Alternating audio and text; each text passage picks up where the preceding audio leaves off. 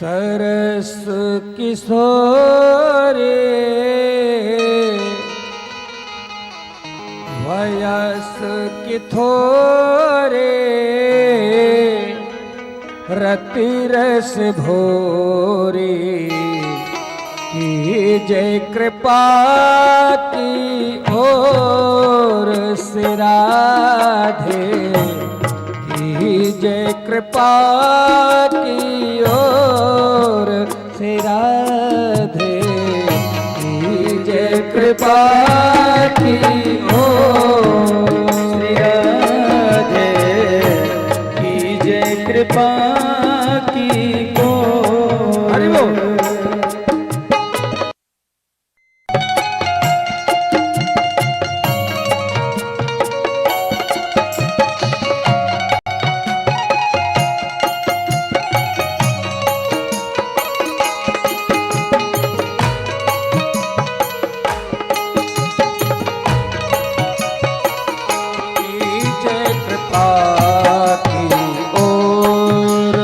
राधे कीजे कृपा की गोर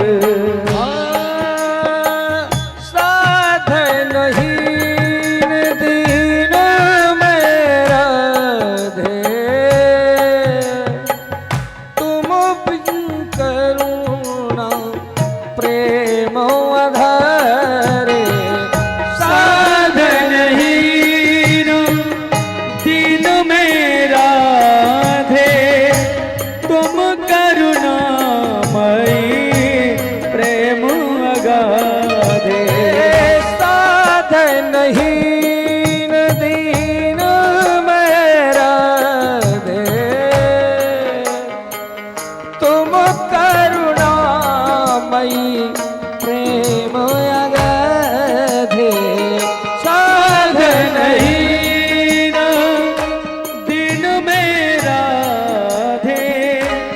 तुम करुणामयी प्रेम अगाधे काके द्वारे जाए पुकारे काके द्वारे जाए पुकारे कौन निहारे दीन दुखी की ओर से राधे कीजे कृपा की गोर से राधे कीजे कृपा की ओर।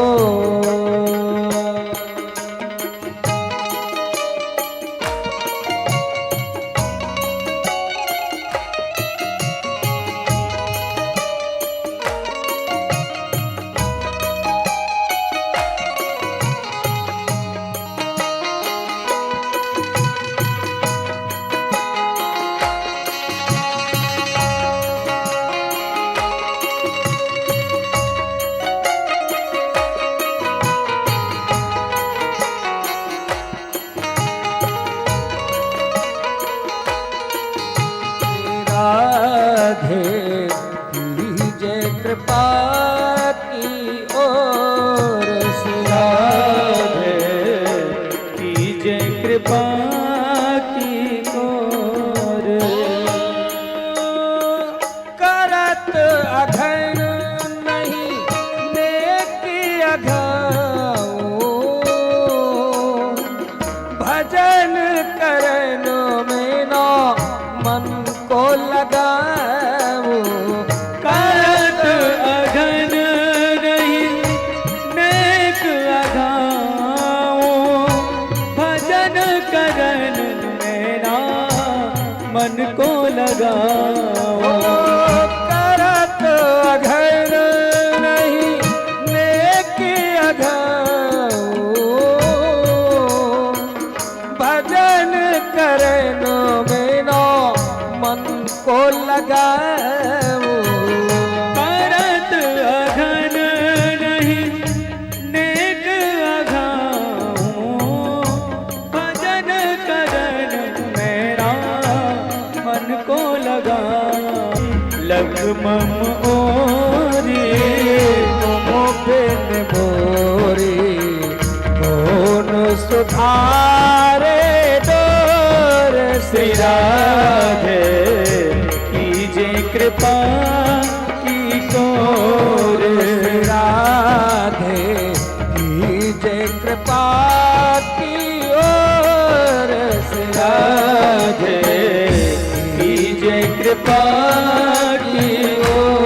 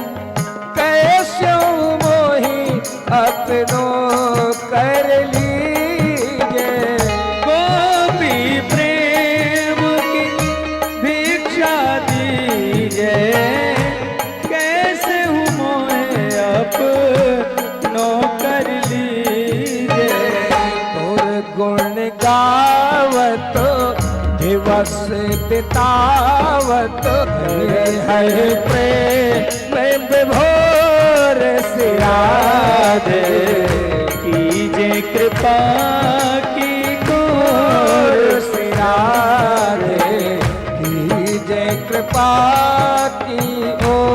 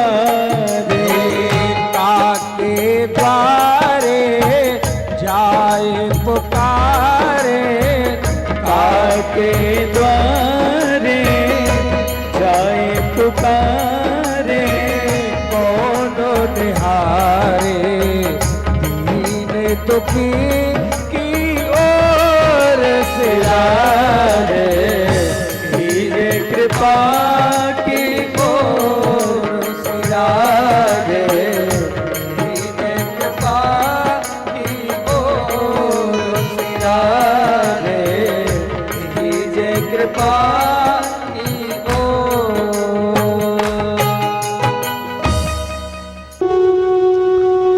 और राजा से प्रार्थना करता है कि हे प्रभु मुझे अपनी शरण में रख लीजिए। देखो दया उसके ऊपर करना चाहिए जो दया का पात्र हो। इतनी दया भी नहीं करना चाहिए जो खुद ही दयनीय हो जाओ।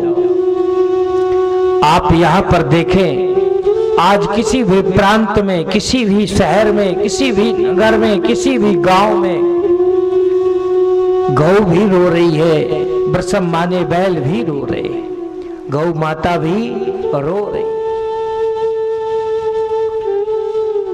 आज उसके आंसू पोंछने वाला कोई नहीं है।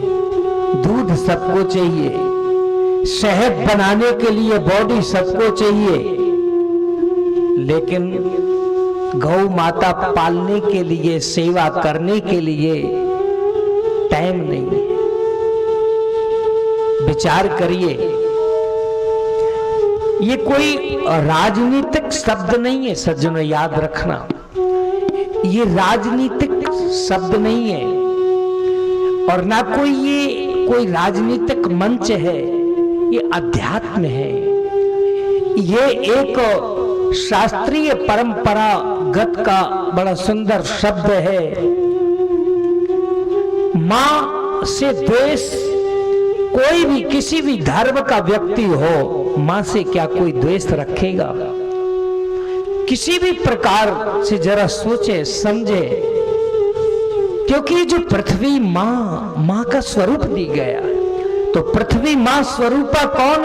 गाय रूपा, गाय ही है। और उस गाय का हम लोग दूध तो पीना चाहते हैं, घी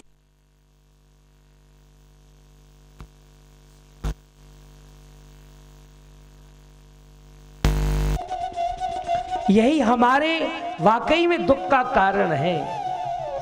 किसी की टिप्पणा ना करके आज हम दुधिया को पैसा देने के लिए राजी हैं दूध का, लेकिन एक गौ मां की सेवा करने के लिए हमारे पास ना तो जगह है, ना टाइम है, ना हमको उस पर विश्वास है। बस यही तो दुख का कारण है। हमको गाड़ी रखने के लिए जगह चाहिए, मकान के बड़े बड़े इंजीनियरों से कहा जाता है ऐसी हमको नक्शा बना करके दीजिए जिसमें हमारी गाड़ी रख जाए, लेकिन ऐसा नक्शा कभी नहीं पूछा जाता कि ऐसा नक्शा बनाइए कि हमारी गौ माँ भी यहाँ रह जाए। और जिस दिन आप विचार करें, सोचें, समझें कि जब जब भी हमारे भारत में संकट यदि आता है तो पृथ्वी मां ही सहन कर रही है। हर प्रकार से पृथ्वी मां माने गौ रूपा, गौ मां ही हमारे को सहन करती है, हमारे को सबको सुख दे रही है। लेकिन हम लोग कितने ना समझी हो गए कि आज हम एक गौ मां के लिए जगह नहीं बना पा रहे। एक गौ मां के लिए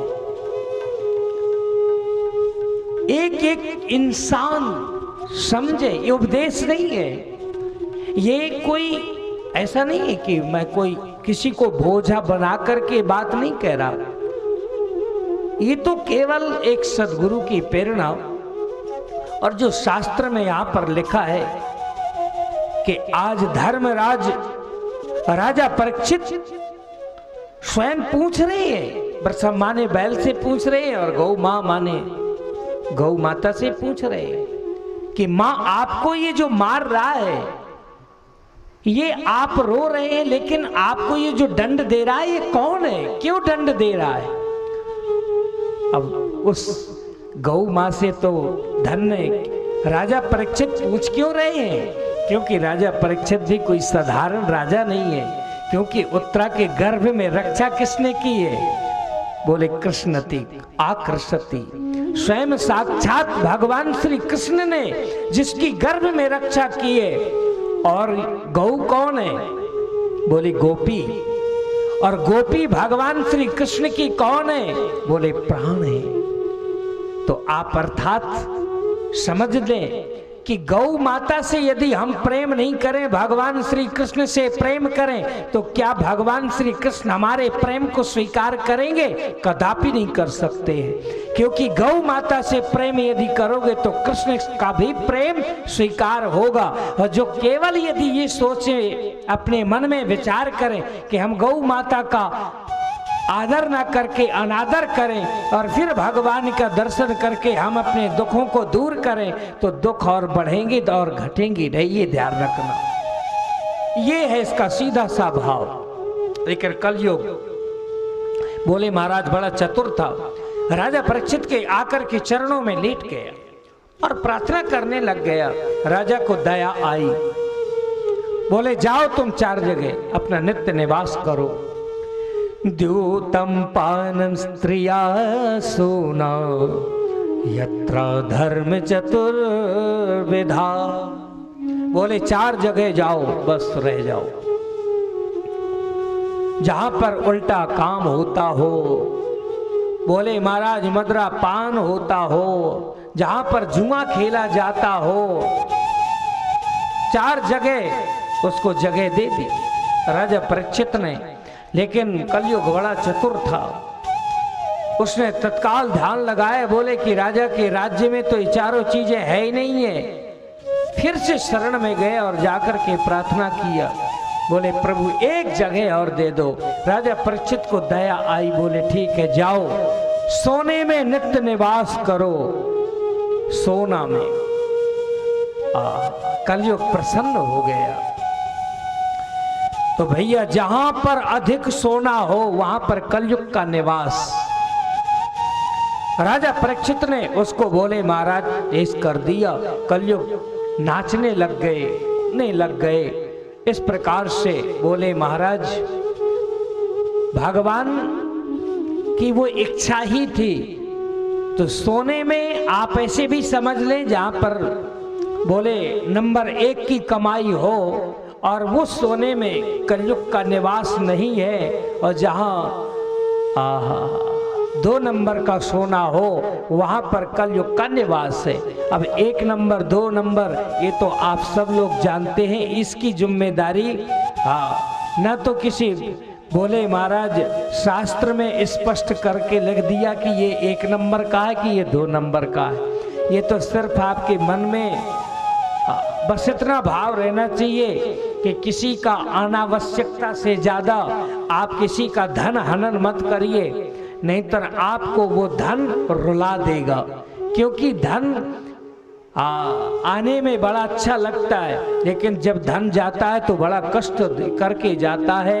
इसलिए राजा परीक्षित ने बोले महाराज उसको बड़ा सुंदर आशीर्वाद दिया, सोने में नित्य निवास कलयुग करने लग गया।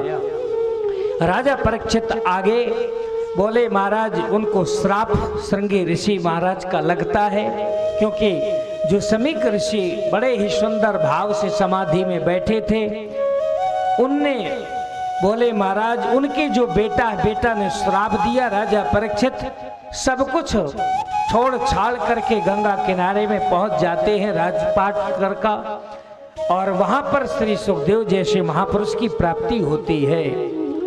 क्योंकि बड़ा सुंदर ये ऋषि पुत्र का बोले श्राप है। इति लंघित मर्यादम तक्षका सप्तमे हनि। इति लंघति मर्यादा। बोले महाराज इतना अद्भुत श्राप दिया कि जिस राजा ने मेरे पिता के गले में मरा हुआ सर्प डाला है, 7वें दिन उसकी इसी सर्प से ही बोले महाराज मृत्यु हो जाए। राजा परीक्षित गंगा के किनारे पहुंच जाते हैं। अब आप ऐसा समझ लें कि जैसे हम सब आप लोग माँ के सामने आकर के बैठे हैं, नर्मदे हर हर। आगे यहाँ पर एक बड़ा सुंदर श्लोक लिखा है, पितरम वीक्ष दुख तारो मुक्ति कंठोर रो दोहा। पितरम, बड़ा सुंदर श्लोक का भाव है। अरे मेरे प्यारे भाइयों, याद रखना, जिस भी व्यक्ति को ये लगता हो कि हमारे पितर हमको बहुत परेशान कर रहे हैं, तो बस किसी भी नदी के पास में बैठ करके और अपने कंठ से पुकारो उनको, तो आपके जीवन के सारे दुख दूर। पितर यदि प्रसन्न तो आपका जीवन प्रसन्न हो जाएगा, ध्यान रखना। लेकिन यदि हम केवल नाम रूप के लिए परेशान होंगे तो फिर आपकी मौज। आज हमारे जीवन में कितनी बड़ी शुभ घड़ी आई है, ठीक है मैं मानता हूं, भैया परेशानी तो होना पड़ता। जब हम कोई अच्छी चीज को प्राप्त करना चाहते हैं तो हमारे जीवन में परीक्षा के ऊपर परीक्षा, परीक्षा के ऊपर परीक्षा आएगी। मैं दावे के साथ इस बात को कह रहा हूं कि जैसे हमारे चौक से परिवार के बड़े सुंदर ये पुत्र हैं जिनका नाम विक्रांत जी है, इनके जीवन में परीक्षा के ऊपर परीक्षा, परीक्षा के ऊपर परीक्षा आई है, लेकिन हर परीक्षा में ये पास हुए, हर परीक्षा में पास हुए। क्यों? क्योंकि इनका भाव वाकई में ये दिखावटी भाव नहीं है इनका। ये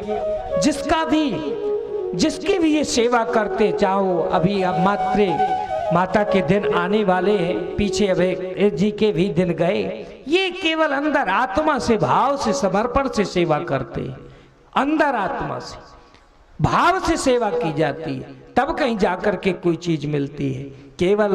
हम केवल यहाँ ये कहने के लिए नहीं एकत्रित हुए हैं कि भैया हमारा ही कल्याण हो जाए, हमारा कल्याण हो। अरे हमारा कल्याण तो तब होगा ना जब आप यहाँ आकर के ईमानदारी से बैठ करके अपने पितरों का स्मरण करोगे, तब कल्याण होगा।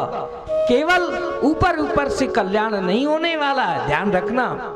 इसलिए मैं ये बात आपको स्पष्ट करके कह रहा हूं कि आज राजा परीक्षित जैसे महापुरुष का कल्याण कहाँ हुआ? बोले गंगा के किनारे। और वहीं पर सुखदेव जी जैसे महापुरुष का बोले महाराज प्रादुर्भाव हुआ। सुखदेव जी का इतने सुंदर अद्भुत बोले महाराज स्वरूप की प्राप्ति हुई।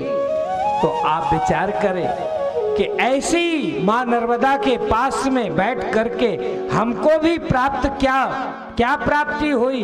तो बोले महाराज जिसको दुनिया में सब कुछ मिला तो हमको तो ये भागवत जी ही मिली, ये भागवत जी मिली मां नर्मदा के घाट पर। और आज उन्हीं के चरणों में बैठ करके हम लोग बोले महाराज सेवा कर रहे हैं।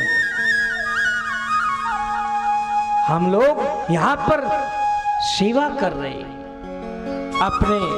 आप लोग भी एक सेवा ही है, क्योंकि आप लोग समय निकाल करके यहाँ आते हैं और जब यहाँ आप बैठ करके भागवत की ये कथा को श्रवण कर रहे तो ये भी आपके पितर देव प्रसन्न हो रहे हैं। आपको बहुत बड़ा फल मिलेगा, क्योंकि जो आम मानुष, जो जनता है या करके जो बैठ करके श्रवण करती है उसको तो सबसे ज्यादा फल मानेंगे। ये फल स्तुति है यार। इसलिए गंगा, आप खुद विचार करें, गंगा के किनारे में जाकर के बैठ गए राजा परीक्षित और वहां पर सुखदेव जैसे महापुरुष का तत्रा भगवत भगवान व्यास पुत्रो अदृक्षयागामत मानोपेक्षा अलक्ष्य लिंगो निज लाभ तुष्टो प्रतश्च बालई रवधूत वेशा। अद्भुत श्री सुखदेव जैसे महापुरुष की प्राप्ति। और श्री सुखदेव जी महाराज अपने आसन पर बैठ गए, उनका बड़ा स्वागत सम्मान किया और अर्चन वंदन किया। और इसके बाद में श्री सुखदेव जी महाराज ने अद्भुत कथा सुनाई। राजा परीक्षित को निमित्त बना करके जब कथा सुनाई तो राजा परीक्षित को जो भय था, जो श्राप था, वो सब कुछ भय भी मुक्त और श्राप भी छूट गया।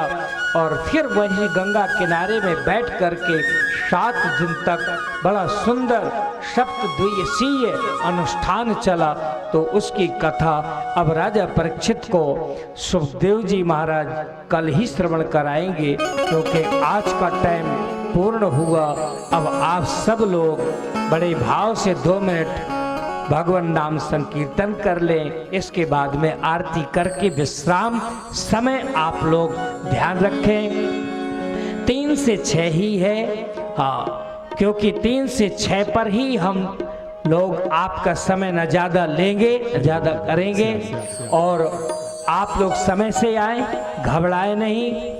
और आप लोग हमारे विक्रांत जी को अंदर से शक्ति दें, क्योंकि आप लोग जितने ही अधिक आएंगे उतना ही आप देख लेना विक्रांत जी इतनी सुंदर ये व्यवस्था करके देंगे कि आप लोगों को हृदय से उनको आशीर्वाद देने के लिए आपकी आत्मा मजबूर हो जाएगी। देख लेना, क्योंकि वो सिर्फ आप लोग ये मत सोचो कि वो आपकी सेवा कर रहे हैं, क्योंकि आप लोग जो आकर के बैठ रहे हैं ये सब कुछ धन्य उनके माता पिता जो ऐसे पुत्र को जन्म दिया। वाकई में मैं बगैर लस्तम फस्तम की बात कह रहा हूं, और जो बहुत ही तन्मयता के साथ और आपकी सेवा कर रहे हैं, निस्वार्थ भाव से सेवा कर रहे हैं। इसलिए आप लोग समय का ध्यान रखें और 3 से 6 पर बड़ा ही सुंदर ये आप लोग समय कसौटी रखना। आप लोग आए बड़े भाव से 2 मिनट भगवान नाम संकीर्तन, इसके बाद में आरती। तो जो इनको मंच के ऊपर जिनको आना है वो विनोद जी अपने आप बता देंगे, क्योंकि हमको तो उन्होंने बताया नहीं, इसलिए आपको जो बता दें तो ऊपर आए, बाकी सब लोग नीचे से आरती करेंगे। आइए, हरि बोल। हरे राम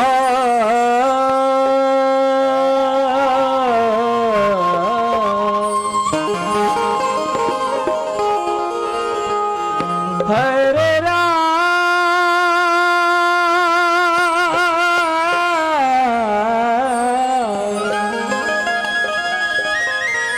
हरे रामा राम राम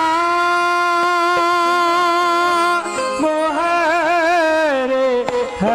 हरे हरे कृष्ण हरे कृष्ण कृष्ण कृष्ण हरे हरे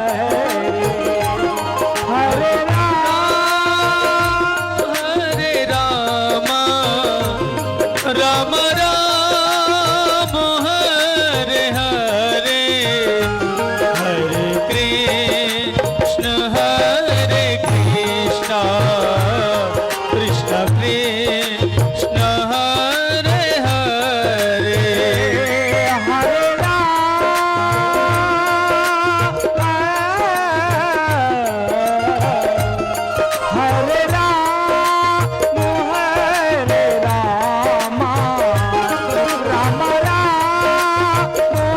राम हरे हरे हरे कृष्ण कृष्ण कृष्ण हरे हरे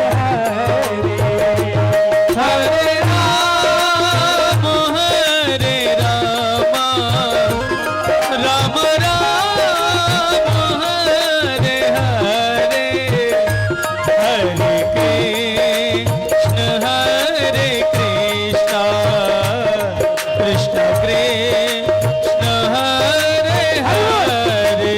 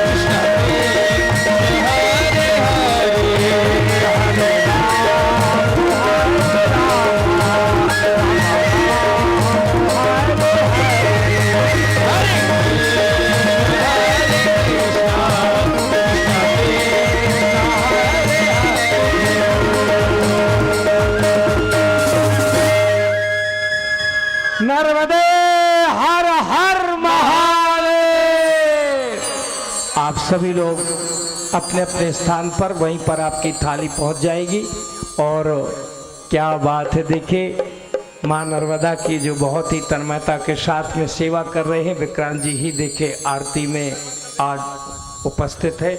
आइए आप सब लोग अपने अपने स्थान से ही आरती करेंगे, बड़े तन्मयता के साथ, बड़े भाव से।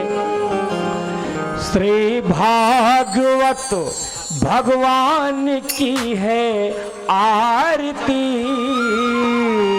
पापियों को पाप से है श्री भागवत भगवान की है आरती, पापियों को पाप से है तारती। भागवत भगवान की है आरती, पापियों को पाप से है तारती। श्री भागवत भगवान की है आरती, पापियों को पाप से है तारती। ये अमर ग्रंथ, ये मूर्ति पंथ, ये पंचम वेद निराला, नव ज्योति जगाने वाला। ये अमर ग्रंथ, ये मुक्ति पंथ, ये पंचम वेद निराला, नव ज्योति जगाने वाला। ये अमर ग्रंथ, ये मूर्ति पंथ, ये पंचम वेद निराला, नव ज्योति जगाने वाला। ये अमर ग्रंथ, ये मुक्ति पंथ, ये पंचम वेद निराला, नव ज्योति जगाने वाला। हरि ध्यान यही, हरि नाम यही, हरि ध्यान यही, हरि नाम यही, जग मंगल की आरती। पापियों को पाप से है तारती। श्री भागवत भगवान की है आरती, पापियों को पाप से है तारती। ये शांति दीप पावन पुनि, पापों को मिटाने वाला, हरि रस कराने वाला। ये शांत गीत पावन पुनीत, पापों को मिटाने वाला, हरि दरस कराने वाला। ये शांति दीप पावन पुनि, पापों को मिटाने वाला, हरि दरस कराने वाला। ये शांत गीत पावन पुनीत, पापों को मिटाने वाला, हरि दरस कराने वाला। यह सुख करनी, यह दुख हरणी, भागवत की आरती। पापियों को पाप से है तारती। श्री भागवत भगवान की है आरती, पापियों को भव सागर से तारती। ये मधुर बोल जग पंथ को सन्मार्ग बताने वाला, पीढ़ी को बनाने वाला। ये मधुर बोल जग पंथ को सन्मार्ग बताने वाला, बिगड़ी को बनाने वाला। ये मधुर बोल जग पंथ को सन्मार्ग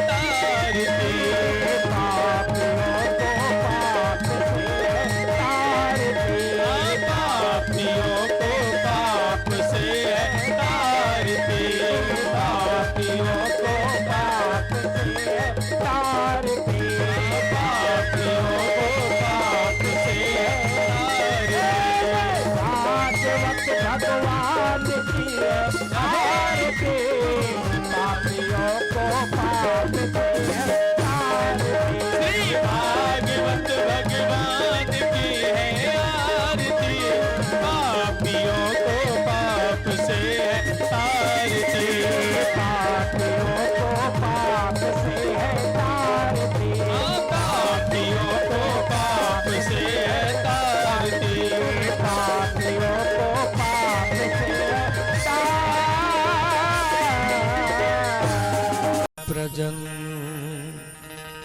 तिमनुपेतिमपेत कृत्यम् द्वैपायनो विरहिका तर्या जुहाव पुत्रेति तन्मयतया तरिवोऽभिनेदो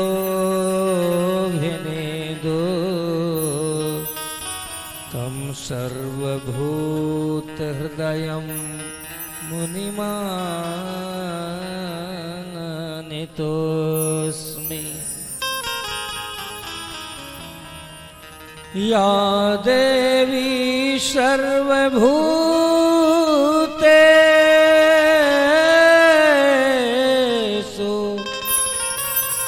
दयारूपेण संस्थिता नमः तस्यै नमः देनो भविष्यति न संशय। शरण शरणो मैं शरण तिहारी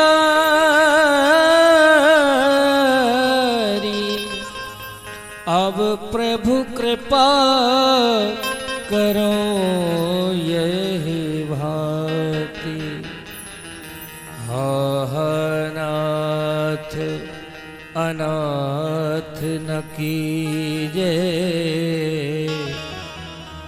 दीन जान मोहे अभय करीजे।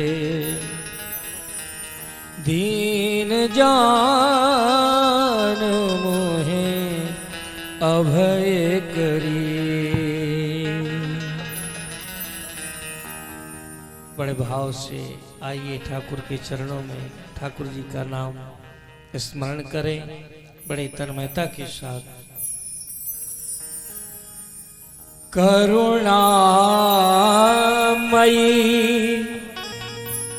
कृपामयी मेरी दयामयी राधे। करुणामयी कृपामयी मेरी दयामयी राधे।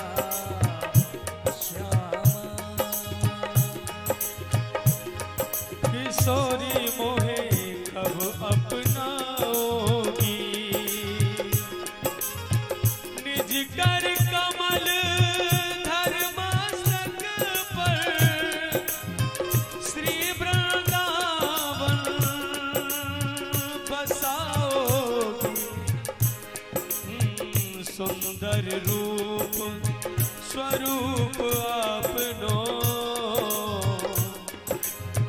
कब धो मोहे दिखावोगी अली किशोरी नाम साचो कर रसकन मोहे मिलावोगी रसकन मोहे मिलावोगी करुणामयी कृपामयी मेरी दयामयी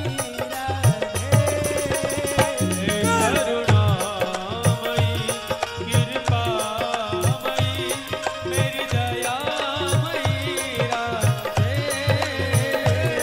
करुणामयी करुणामयी कृपामयी कृपामयी मेरी दयामयी राधे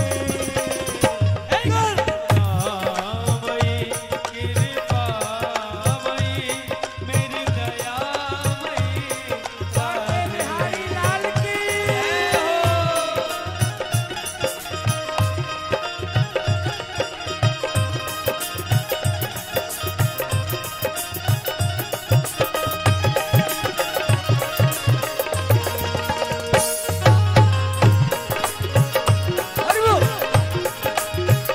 राधा रानी की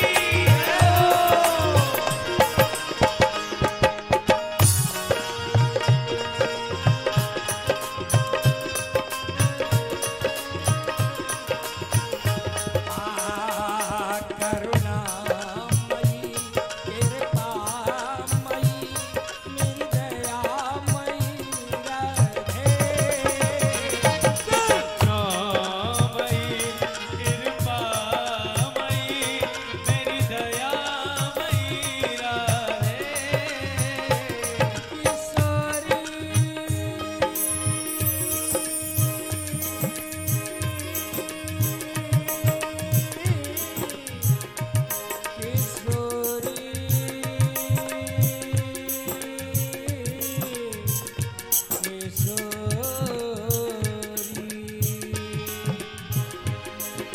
किशोरी तू मेरी मैं तेरो ए लाडली तू मेरी मैं तेरो तुम्हें छोड़ ब्रजभान नंदनी और सहारो न मेरो अब गुड़ मोसो बिसरत नाही अब गुड़ मोसो बिसरत नाही तुम अंतर्गत हेरो वृंदावन पर कृपा करो अब जान आपनो चेरो किशोरी तो मेरी मैं तेरो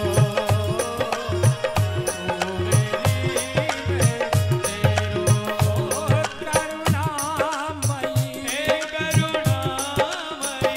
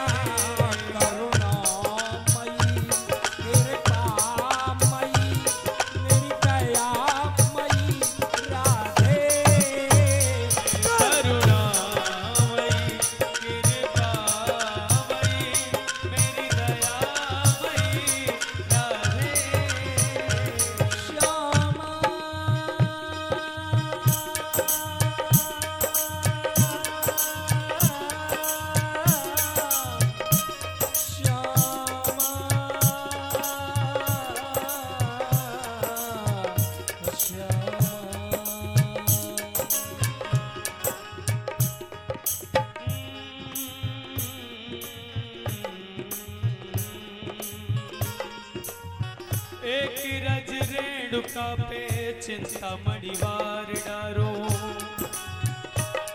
हे वार डारो विश्व सेवा कुंज के विहार पे, ब्रज की करेलन पे कोट कल्पवार डारो, रंभाहु कुवार डारो कालिंदी की धार पे, ब्रज की पनहारिन पे रखती सती वार डारो, बैकुंठ कुवार डारो गोपीने के द्वार पे, कहे अभिराम एक राधे को जानत हूँ,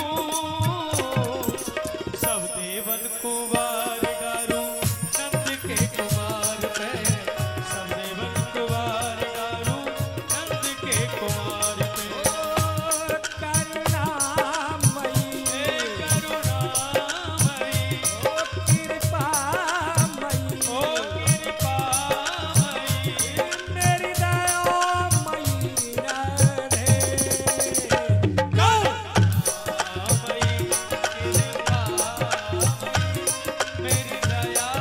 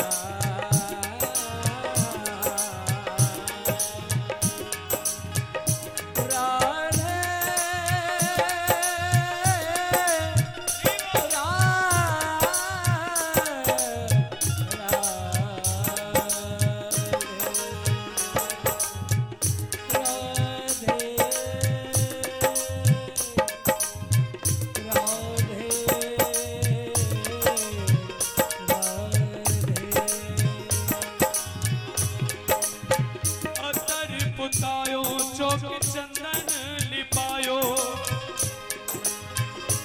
पीछे गिलम गली चांद की पंगतें प्रमाण की,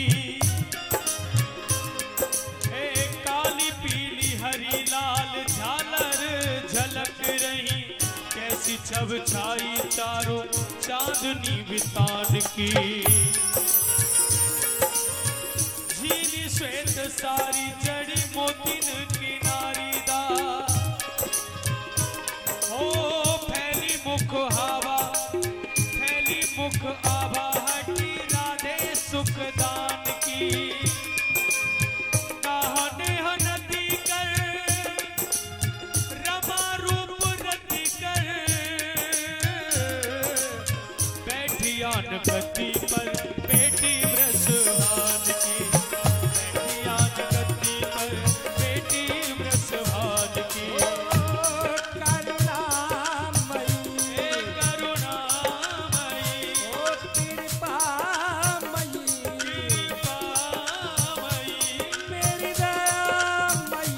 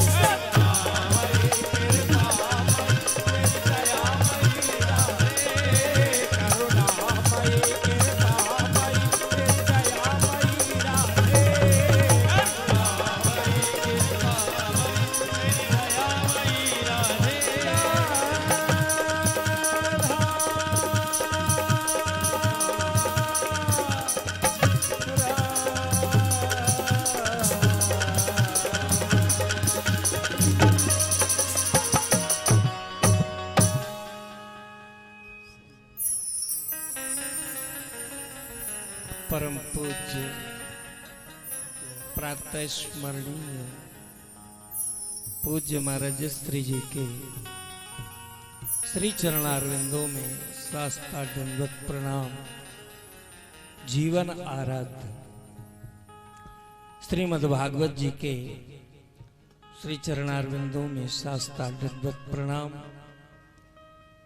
हमारे ठाकुर जी के बड़े ही प्यारे परम विद्वान परम आदरणीय श्री वाचस्पति जी, उनके पुत्र बड़े ही सुयोग पुत्र, बड़े ही स्नेह भाजन, जो बड़े ही भाव से तन्मयता के साथ में सपत्नीक श्रीमद् भागवत की ज्ञान गंगा को बहुत ही भाव से श्रवण कर रहे हैं। प्रिय श्री प्रांजल जी, उनके बड़े सुंदर भाई जो डॉक्टर साहब हैं और बड़े ही और विद्वान और बड़े ही सुंदर विद्यालय में लोगों को बड़ी शिक्षा देने वाले भ्राता साहब, समस्त उनका परिवार और इस नगर के और इस नगर से बाहर के भी सभी भाई, सभी माताएं, सभी बहनें, सभी भाई बंधु जो बड़े भाव से, बड़े ही प्रेम से, बड़े ही स्नेह से आप सब लोग यहाँ पर आकर के और अपने ठाकुर जी की दिव्य कथा को श्रवण कर रहे हैं। आपको बाबा के शब्दों से सिया राम मैं सब जग जानी, उसी के आधार से आप सबको जय श्री कृष्ण, जय श्री राधे। जो YouTube पर सभी भाई बंधु सब परिवार बैठ कर के जो श्रवण कर रहे हैं, जो ठाकुर जी के लिए अपना समय दे रहे हैं, उन सभी माताओं बहनों को, भाइयों को हृदय से बहुत बहुत बधाई हो, क्योंकि आज यहीं पर नंद उत्सव होने जा रहा है। ये भी हमारे आप सबकी बड़े ही सौभाग्य की बात है। तो इसलिए उन सभीयों को बड़े ही भाव से तन्मयता के साथ उन सबको हृदय से बधाई हो। और अब हम आप सभी लोग बड़े भाव से अपने प्रसंग में प्रवेश करते हैं, क्योंकि कल यहीं पर बैठ कर के बड़ा ही सुंदर आप लोगों ने दर्शन किया, श्री नृसिंह भगवान का दर्शन हुआ। ठीक है, आजकल की परिस्थिति भी है, समय भी है और दोनों बातें उपस्थित हैं, क्योंकि कई बार कई लोग कह देते हैं और प्राय करके कहते रहते हैं, अरे कथा थोड़ी होती है, वह तो केवल नाच गाना होता है बस। सज्जनों, ये वो संसार है, इस संसार में अज्ञानता ज्यादा है, लेकिन ज्ञान की प्राप्ति के लिए कोशिश भी नहीं है कि हमारे जीवन में ज्ञान प्राप्त हो जाए।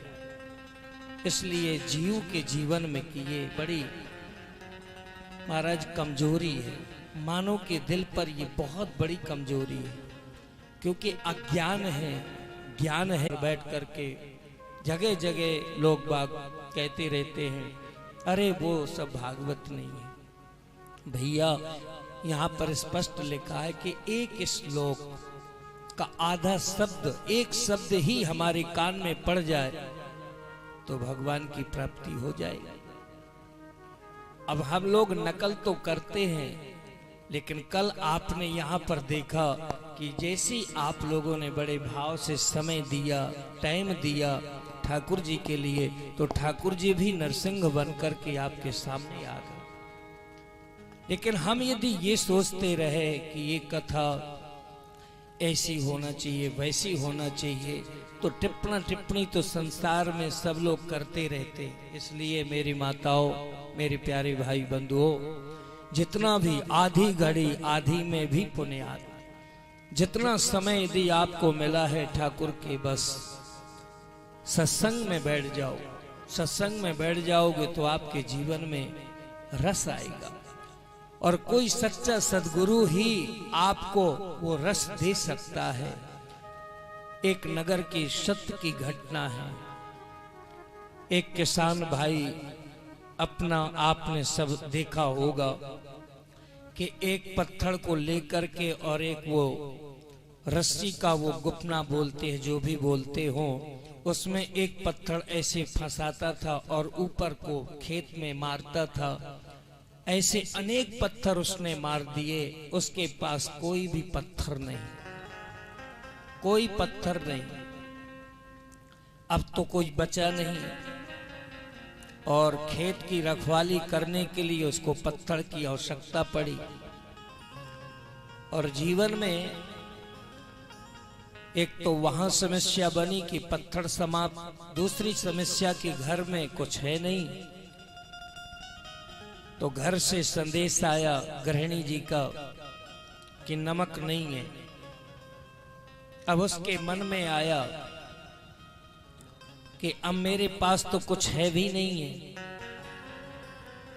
आगे वो खेत में गया, वहां पर उसने एक पत्थर जो बड़ा सुंदर चमकीला था, नीला पीला, बड़ा सुंदर दिखाई दे रहा था, उस पत्थर को लेकर के और अपना नगर में जाता है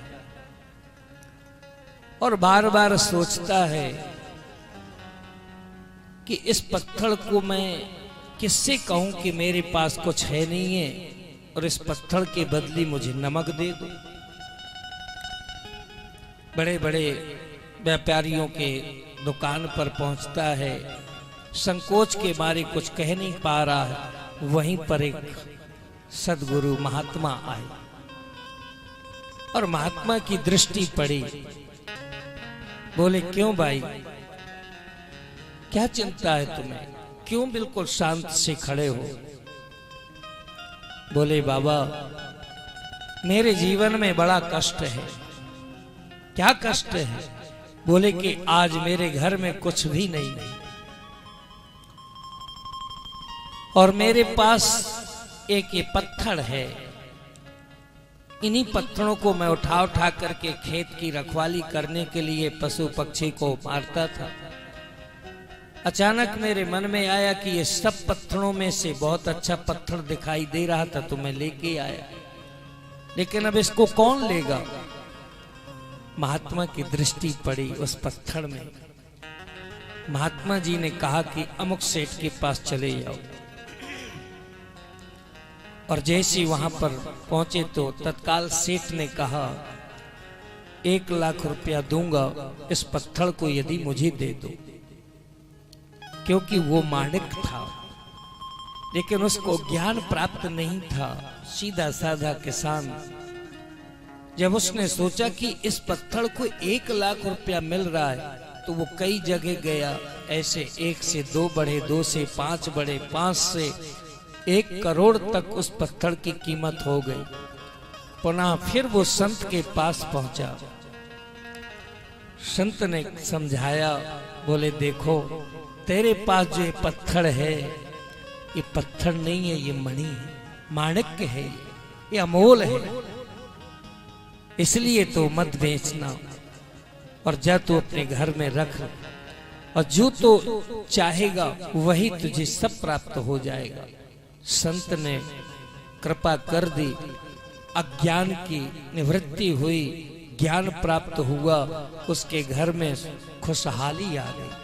सज्जनों, भारत की केवल यही एक विडंबना है, क्योंकि हम तो कुछ कर नहीं रहे और दूसरा भी यदि कुछ करना चाहता है तो उसको लोग टिप्पणी टिप्पणी में लगे रहते हैं। इसलिए आप लोग बहुत ही समझदार हैं। इस नगर के रात्रिकालीन में शुक्ला जी बैठे हुए थे, बड़ी सुंदर बात चल रही थी। उन्हीं का वो बालक था, जो भी हो, उसको देख करके बड़ा आनंद आ रहा था मेरे को, क्योंकि नवयुवक यदि भगवान से प्रेम कर बैठे तो समझ लो कि बस भारत का सुधार हो जाएगा।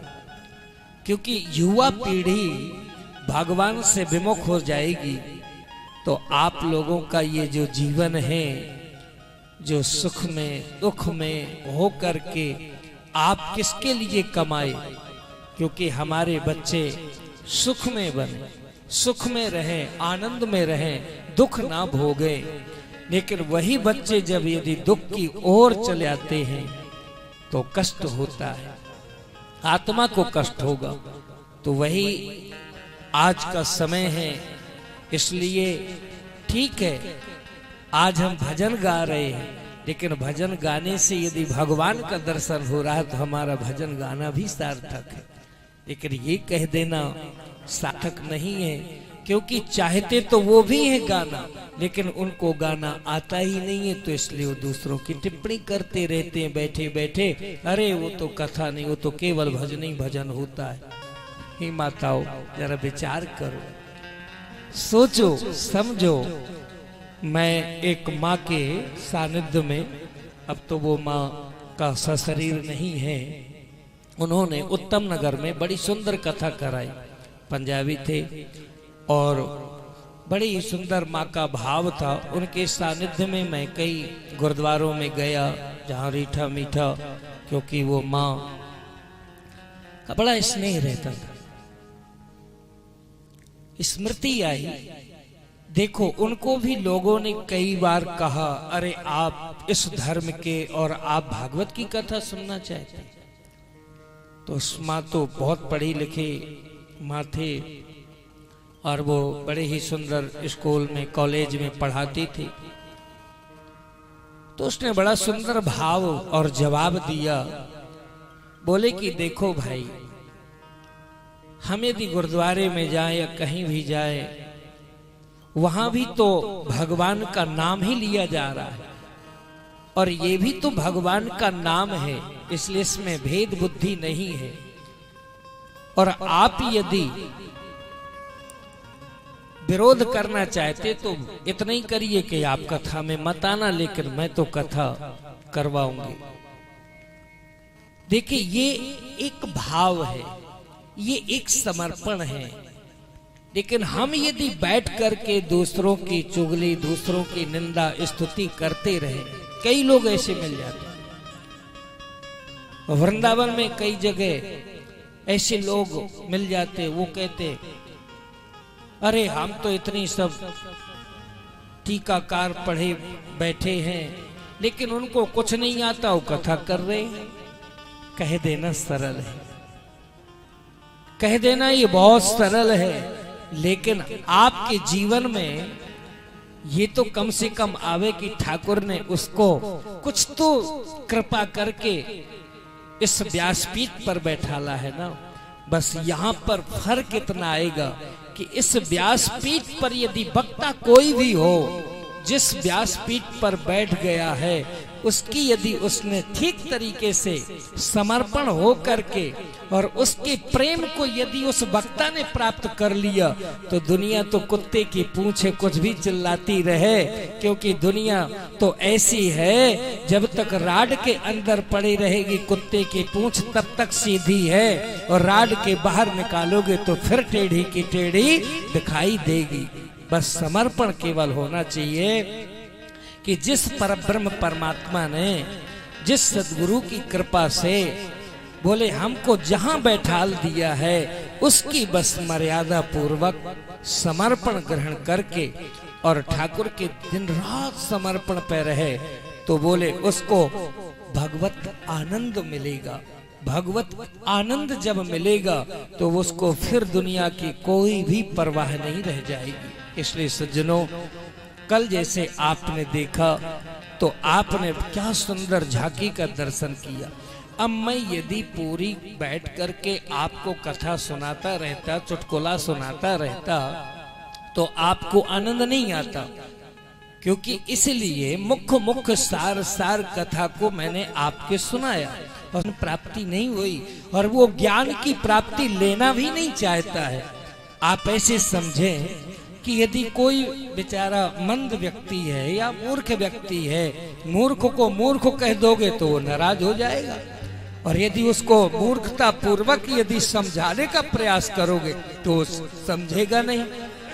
इसलिए संसार सागर में सभी मेरी माताएं, सभी मेरे प्यारे भाई बंधुओं, आप लोग केवल अपने मन को उसी झांकी में ले आइए, क्योंकि आज ये प्रसंग यहीं से प्रारंभ हो रहा है, जो कि अष्टम स्कंध में बड़ा सुंदर ये प्रसंग है। कल आपने नरसिंह भगवान की कथा को श्रवण किया, भक्त प्रहलाद को दर्शन मिले। आज गजेंद्र मोक्ष की कथा का प्रारंभ यहीं से होगा। एवं व्यवसतो बुद्ध्या समाधाय मनोहृदि जपा परमं जाप्यं प्राज्ञ जन्मन्यनु शिक्षितम्। सुनता है या अपने जीवन में इसको धारण करता है, उसके ऊपर भगवान विष्णु की कृपा बोले महाराज हो जाती है। इसलिए यहाँ से क्रमशः से बोले नमो भगवते तस्मै यद् एतच्चिदात्मकं पुरुषस्यादि बीजाय परेशाय विधीमहि। नमो भगवते तस्मै। भगवान का नाम उच्चारण करते रहना चाहिए। यहीं से एक गजेंद्र है जिसको ग्राह ने पकड़ के खींचा है। गजेंद्र माने हाथी। और इस कथा की भूमिका को केवल आपको अपने दिल में धारण करना है। सारी कथा का केवल 2 श्लोकों में सारी कथा आप रट लेंगे और आपके दिल में बैठ जाएगी। बोले यस्मिन्निदं यतश्चेदं एनेदं यायदं स्वयं। आज जो गजेंद्र माने हाथी, हाथी को अहंकार है और अहंकार किसी भी व्यक्ति के जीवन में यदि होगा तो वो टिकेगा नहीं, उसका पतन पक्का निश्चित हो जाएगा। आज गजेंद्र को क्या अभिमान आया। बोले महाराज त्रिकूट नाम पर्वत जो है, बोले उसी के बीचों बीच में बोले महाराज बड़ा सुंदर जल भरा हुआ है और उसी में अपने बाल बच्चों के साथ में जाकर के और बोले महाराज कीड़ा कर रहा है, कीड़ा बोले खेल रहा है। और हाथी का स्वभाव होता है कि बोले महाराज जहां जल अच्छा भरा हो तो वो करता क्या था, बोले अपने सूंड में पानी भरता था और फिर बोले अपने जो छोटे छोटे इसके बच्चे थे उनके ऊपर डालता था और बोले महाराज जो उसके साथ में जो पत्नियां थी उनके ऊपर भी वो पानी डालता था। अब वो जो जल था तो जल गंदा हो गया और वहां पर बड़े बड़े घरों के स्त्रियां लोग स्नान करने के लिए जाती थी। उन्होंने जाकर के बोले महाराज अपने अपने पतियों से शिकायत की और वो पति लोग भगवान के पास में जाकर के बोले भगवान ने ही ये कृपा की। बोले उनकी प्रार्थना से उनकी स्तुति से भगवान ने वहीं से बोले महाराज ग्राह बन करके और सुदर्शन चक्र छोड़ करके ग्राह का बोले महाराज गला कटा और गजेंद्र को उठा करके बाहर किया। ये तो हुई भूमिका, लेकिन अब आप इसको ऐसे समझ लें कि गजेंद्र माने हाथी। हाथी को अहंकार किस चीज का आया, तो हाथी को अहंकार था मेरे इतने बच्चे हैं, मेरी इतनी बड़ी पत्नियां हैं। जब वो नगर से चलता था तो एको अहम द्वितीयो ना अस्ति, बोले मेरे जैसा बल किसी के पास नहीं है। इसलिए सज्जनों याद रखना, न कभी किसी भी प्रकार हर जगह आप श्रवण करेंगे आपके पास में धन हो तो धन का भी अभिमान नहीं। यदि भगवान ने यदि आपको अच्छा रूप दे दिया है तो रूप का भी अभिमान नहीं। यदि आप अच्छे कुल में हो तो उसका भी अभिमान नहीं। यदि आप अच्छे आभूषण पहने हो तो उसका भी अभिमान नहीं।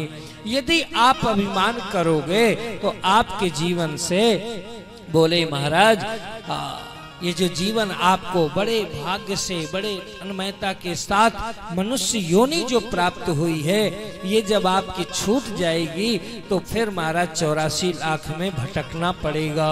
इसलिए अहंकार नहीं।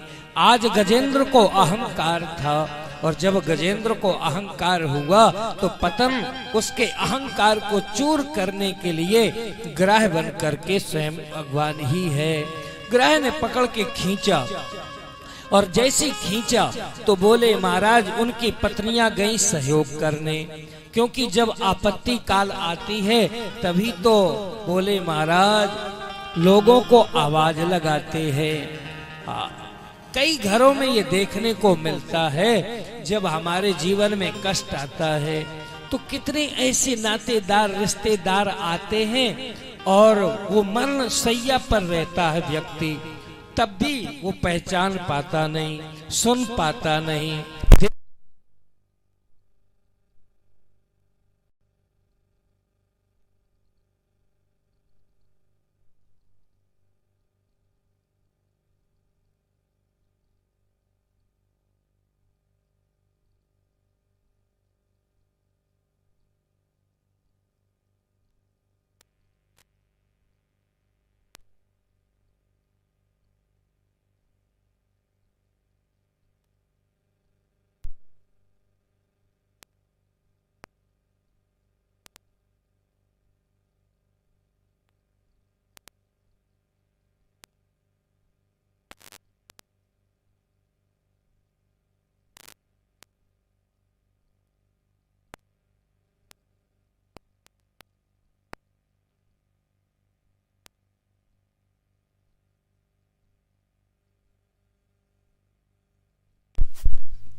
बोल बांके बिहारी लाल की जय हो। तो जब कोई व्यक्ति का शरीर बस लस्त हो जाता है और वो खाट पर लेटता है तो सारे लोग पहुंचते हैं और कहते हैं हमको पहचानो। सारी जिंदगी भर पहचानता रहा तो कुछ हुआ नहीं, और जब वो केवल अपने लास्ट श्वास गिन रहा है तब भी वो भगवान को ना पहचान ले, तब भी लोग कहते हैं आप हमको पहचानो, हमको पहचानो। इसलिए हे संसार के प्रेमियों, याद रखना लोग मरने के जब हमारा शरीर यदि छूट रहा होगा तब भी लोग यही कहेंगे आप हम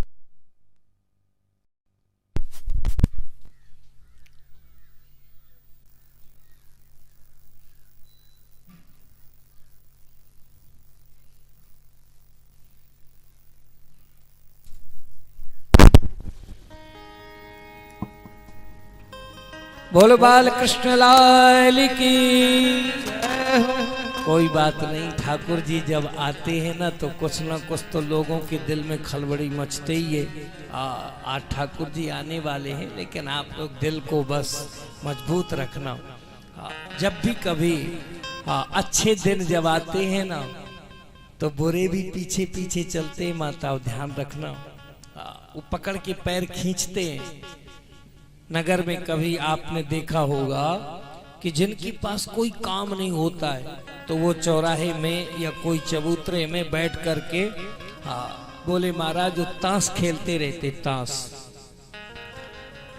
और उनके वो चेहरे बता देते हैं, उनके हाथ बता देते हैं और वो पत्ते बता देते हैं।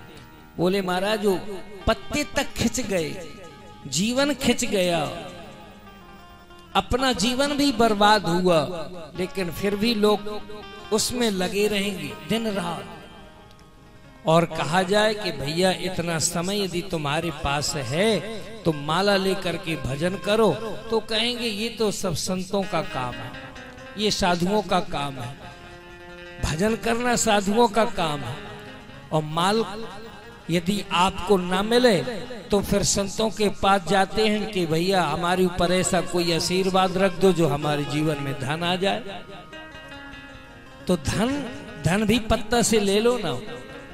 तो लोग दिन रात अपना समय जो बर्बाद करते हैं, तो मैं आपको इसलिए ये बात कह रहा हूं कि बार बार में थोड़ा सा जो लाइट जा रही आ रही है मजबूत रखना। क्यों? क्योंकि जब एक व्यक्ति उनमें चारों में से जो चार बैठ के खेलते हैं, एक व्यक्ति यदि भागने लगता है तो तीन व्यक्ति क्या कहते हैं, अरे बस एक बार और, एक बार और। क्यों? बोले यदि हमको छोड़ के चला जाएगा कहीं अच्छे संगत में ना बैठ जाए तो हम तो 3 के 3 ही रह जाएंगे और 3 में खेल होगा नहीं। इसलिए ध्यान रखना, जब कभी भी अच्छे जब काम होते हैं तो पीछे पीछे भी थोड़े बोले महाराज हमारे राहु शनि केतु भी थोड़ा थोड़ा परेशान होते हैं। तो आपको बड़ा सुंदर उसी प्रसंग में पहुंचिए। तो व्यक्ति लेटा हुआ है, नातेदार रिश्तेदार आके कहते हैं बोले हमको पहचानो, लेकिन फिर भी जब नहीं पहचान पाता तो उसको हाथ पकड़ के जोर जोर से कहते हमको पहचानो, लेकिन ये कोई नहीं कहता कि भैया सारी जिंदगी तो जो गई सो गई, अंत गति सो अंत सधी। बोले महाराज अंत के समय ही भगवान का स्मरण कर लो, लेकिन लोग अंत में भी भगवान का स्मरण नहीं करने देते हैं। ये वो दुनिया है। इसलिए भैया रहो सबके साथ, एक होता है नकली, एक होता असली और एक होता फसली। हाँ, आप लोग सब जानते हैं नकली कौन है, असली कौन है, फसली कौन है।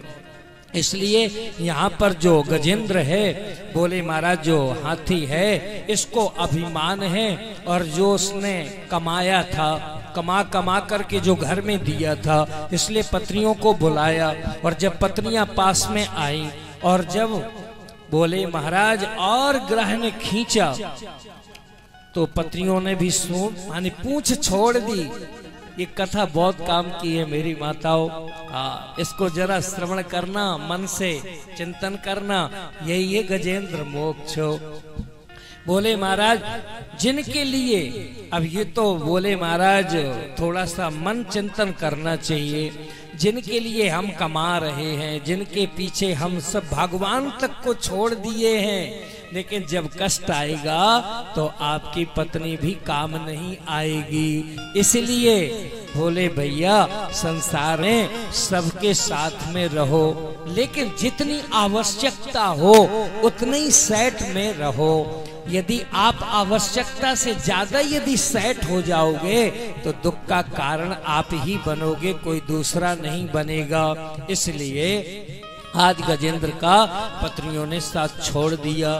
अब बोले महाराज फिर ग्रह ने खींचा तो बोले महाराज बच्चों को स्मरण किया, बच्चे आए।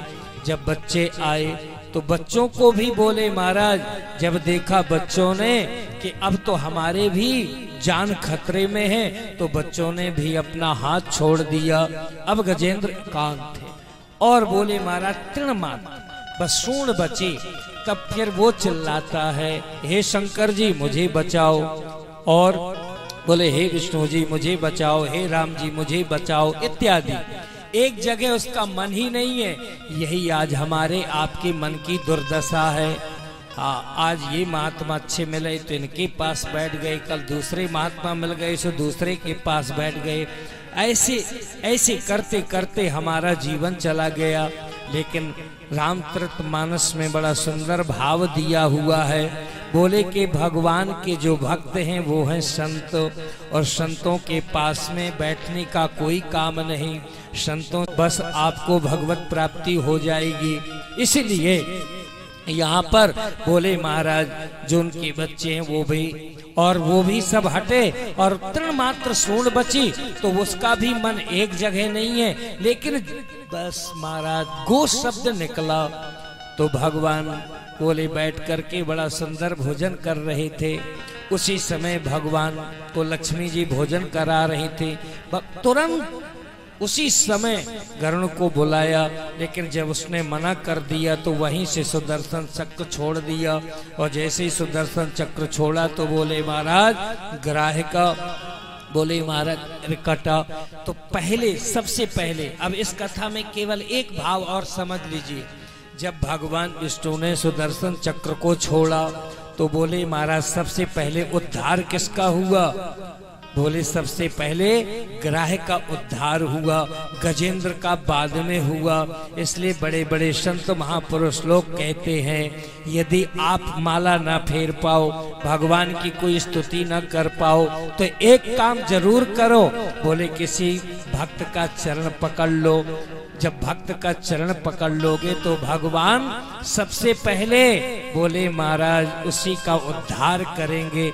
इसलिए ग्राह का उद्धार हुआ पहले, इसके बाद में गजेंद्र का उद्धार किया। इस कथा का केवल सार इतना ही है कि आप किसी भी तरीके में संसार में रहो, भगवान से बस अपने मन को, अपने दिल को लगा के रखो, इसी से आपकी भलाई है। अब इसमें बड़े बड़े टीकाकार विद्वानों के बोले संगति लगाओ, फिर इसमें खंडन मंडन करो, फिर इसमें लक्ष्य सिद्धांत मत सिद्धांत सिद्धांत सब लगा करके मैं यदि आपको सुनाने लग जाऊं तो सभी माताएं उठ के चली जाएंगी, बोले बाबा पागल हो गया है। इसलिए केवल इतना ही समझ लो कि इस कथा का केवल आप अपने मन को भगवान के चरणों में लगा करके रखो, बस ये है गजेंद्र मोक्ष। इसको जो भी जीवन में पाठ करता है उसके सारे कष्टों को दूर भगवान विष्णु करते हैं, उसके जीवन में रक्षा होती है। लेकिन जब हम करेंगे तब तो इसका फल मिलेगा। लेकिन हमारे पेट में दर्द है, वैद्य के पास में गए, वैद्य ने दवा दे दी और ला करके उसको सिराने में रख करके और लेट गए। प्रातः काल हुआ, वैद्य फिर मिले, वैद्य ने पूछा क्यों भाई आपका दर्द ठीक हुआ? तो बोले जब हमने खाई ही नहीं है तो दर्द क्या ठीक होगा? तो तुरंत बोल दिया थोड़ा सा आराम है, ज्यादा नहीं है। अरे भाई थोड़ा सा भी तो नहीं हो सकता, क्योंकि आपने दवा खाई नहीं है। इसलिए ये जो कथाएं हैं, इन कथाओं का यदि हम चिंतन मनन करें, और इस चिंतन मनन का सिर्फ केवल एक ही भाव है, आपका मन, आपका जीवन भगवान के चरणों में लग जाए, इसी से आपका उद्धार हो जाएगा। इस प्रकार से बोले महाराज गजेंद्र मोक्ष का संक्षेप पर यहीं पर वर्णन किया। आगे बोले महाराज भगवान की दिव्य कथा है, क्योंकि आगे है बोले समुद्र मंथन। समुद्र मंथन का भी केवल आप केवल एक भाव समझ ले, क्योंकि वहां पर जैसे समुद्र किया गया, बोले महाराज देवता और दैत्यों की मित्रता करवाई भगवान ने, भगवान विष्णु ने मित्रता करवाई। इसके बाद में समुद्र मंथन हुआ, और समुद्र मंथन में से बोले महाराज हलाहल विष निकला। और जब हलाहल विष निकला तो सबसे पहले भगवान भोलेनाथ को बुलाया, और जब भगवान भोलेनाथ आए तो बोले महाराज आपको ही इसका सेवन करना है। अब आप जरा विचार कर लो कि संसार के लोग कितने स्वार्थी है। जब भगवान भोलेनाथ को जब देवता लोग नहीं छोड़ सकते तो हम आप लोग किस खेत की मूली है। इसलिए देवता लोगों ने भगवान शंकर को क्यों बुलाया? क्योंकि बोले देवता लोग बोले महाराज बड़े आराम से सुख पूर्वक रहते हैं, लेकिन वो विष पान नहीं कर सकते हैं। विष तो महाकालों के काल भोलेनाथ ही कर सकते हैं। भोले बाबा को जब निमंत्रण दिया गया तो भोले बाबा ने अपने स्वयं साक्षात लक्ष्मी जी से पूछा, माँ पार्वती से पूछा। पार्वती ने खुश करके हृदय से कहा, बोले ये तो मेरा सौभाग्य है, ये तो मेरा परम सौभाग्य है, क्योंकि भारत में यदि है कोई शक्ति तो मेरे ही स्वामी में ये शक्ति है कि संसार के जहर को पी करके और बोले महाराज नष्ट कर सकते हैं। इसलिए जाइए महाराज। भोले बाबा पहुंच गए। अब आप जरा विचार करो भोले बाबा ने क्या किया। दोनों हाथों से बोले महाराज ऐसे अंजलि बनाई और जहर का पान शुरू कर दिया। उसी में से एकाध बूंद जो गिरे तो आज विषैले पशु पक्षी जो बोले दिखाई देते हैं वो उसी का कारण है। और भोले बाबा ने हृदय में बोले नहीं जाने दिया, कंठ में रोक दिया, क्योंकि भोले बाबा के हृदय में बोले राम जी बैठे हैं और राम जी के हृदय में बोले भगवान शिव बैठे हैं। ये है प्रेम तत्व। अब आप जरा विचार करो, इस कथा का भी पूरा भाव ले लीजिए। बाकी तो फिर और समुद्र मंथन हुआ, उससे बोले घोड़ा निकला, फिर बोले मणि निकली, फिर बोले महाराज हलाहल जो विष था वो तो भोले बाबा ने, अनेक रत्न निकले और साक्षात मोहिनी भगवान बोले महाराज धन्वंतरी भगवान स्वयं मोहिनी का रूप बन करके अमृत भी निकाल करके लाए। वही अमृत बोले देवताओं को मिला और दैत्यों को नहीं मिला। लेकिन ये तो आपने कथा को श्रवण कर ली, लेकिन आप भोले बाबा की बस एक कथा को और दिल में बैठा लेना, आपको पूरा समुद्र मंथन का फल मिल जाएगा। बोले भोले बाबा ने क्या किया, बोले संसार का जो जहर है वो हृदय में नहीं जाने दिया। क्यों? क्योंकि हमारे हृदय में भगवान श्री राम बैठे हुए हैं। और आपके दिल में कौन बैठा है? आपके दिल में कौन बैठा है ये आप जानो, आपका मन जाने। क्योंकि सभी लोग कह देते हमारे दिल में भगवान है। अब ठीक है, एक तरफ तो कहते हैं आप हमारे दिल में है। अब आपका कोई पड़ोसी आया, रिश्तेदार नातेदार, या कोई आपका सगा संबंधी आया, या कोई आज लाइफ को आप देख लें प्रेजेंट काल में, क्योंकि दिन भर लोग बस महाराज मोबाइल को लेकर के सेल्फी लेते रहते हैं और शाम तक रोज लिस्ट बनाते हैं, आज मेरी इतनी सहेली हो गई, और रात्रि कालीन में फिर वो डिलीट कर देते हैं। हाँ, बस ऐसे ही समझो, जैसे तुम किसी को बना करके डिलीट करते हो, वैसे ही भगवान भी आपको डिलीट कर दिया है कि बेटा तुम इसी में लगे रहो, तुम मेरे पास मत आओ। इसलिए बोले महाराज आज भगवान भोलेनाथ ने अपने हृदय में नहीं पिया। लेकिन हम लोग क्या करते हैं, संसार की चुगली, संसार की निंदा, संसार की बुराई। देखो कितने आराम से लोग दूसरों की बोले दूसरों की इतनी सुंदर ढंग से चुगली करते हैं, स्तुति करते हैं। लेकिन अब यदि उनसे कहा जाए कि भैया तुम्हारे पास अब टाइम कहाँ से निकल आया, क्योंकि लोग बाग कह देते हैं हमें तो बोले मरने तक की फुर्सत नहीं है, मरने तक की। अब जरा विचार करो, मरने तक की तुम्हें फुर्सत नहीं तो दूसर की चुगली निंदा स्तुति में समय तुम्हारा क्यों लग रहा है? उसमें समय कहाँ से निकल आया? एक माता, बड़े वृद्ध माता अपने नगर में जाती थी और वो बोले महाराज थोड़ा बहुत घरों में से, आजकल घरों में वो सब जानते हैं, बोले महाराज जब कोई पढ़ी लिखी बहू आ जाएगी तो फिर वो आपके रोटी नहीं बनाएगी, क्योंकि उसको तो बोले महाराज लगेगा कि मेरे कहीं ना खून खराब ना हो जाए, मेरे कहीं हाथ खराब ना हो जाए। आजकल ये भी बड़ा बोले महाराज कठिन मामला है। ये सारी बातें आप लोग जानते हैं, लेकिन यहाँ पर मैं तो इतना ही कहूँगा, आप लोग भारत के महापुरुष हैं और आप लोग शक्तिशाली हैं और भगवान की बहुत बड़ी कृपा है जो आप लोग धन्यम गृहस्थ आश्रम में हैं और आप लोग शेरों के महाशेर हैं। लेकिन हम लोग तो गीधड़ थे, इसलिए आप लोगों ने भगा दिया घर से, जाओ बेटा बाबा बन जाओ, क्योंकि तुम ना घर के लायक हुए और ना तुम बाहर के लायक बनो।